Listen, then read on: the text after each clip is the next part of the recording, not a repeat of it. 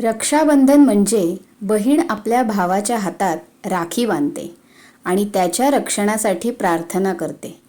पण भक्त आणि गुरु यांच्यातील नातं हे सख्ख्या नात्यांपेक्षाही जास्त गहिरं असतं.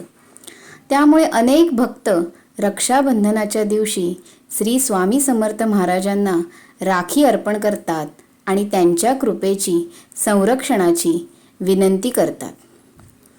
अक्कलकोटमध्ये रक्षाबंधन सोहळा कसा साजरा होतो हे मी तुम्हाला सांगणार आहे. तिथे सर्वप्रथम स्वामी महाराजांच्या पादुकांची पूजा आणि राखी अर्पण केली जाते.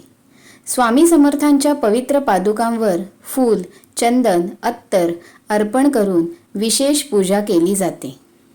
भक्तगण आपल्या भावना व्यक्त करत पादुकांवर राखी अर्पण करतात. रक्षाबंधन निमित्त विशेष आरती, दत्तभजन आणि स्वामींच्या चमत्कारांवर आधारित कीर्तन होतं.